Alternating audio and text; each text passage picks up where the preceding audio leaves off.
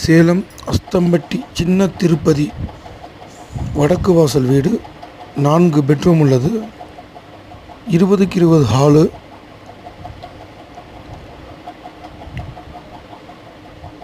25 அடி road, building land approved. தேவைப்படுவோர் நண்பர்கள்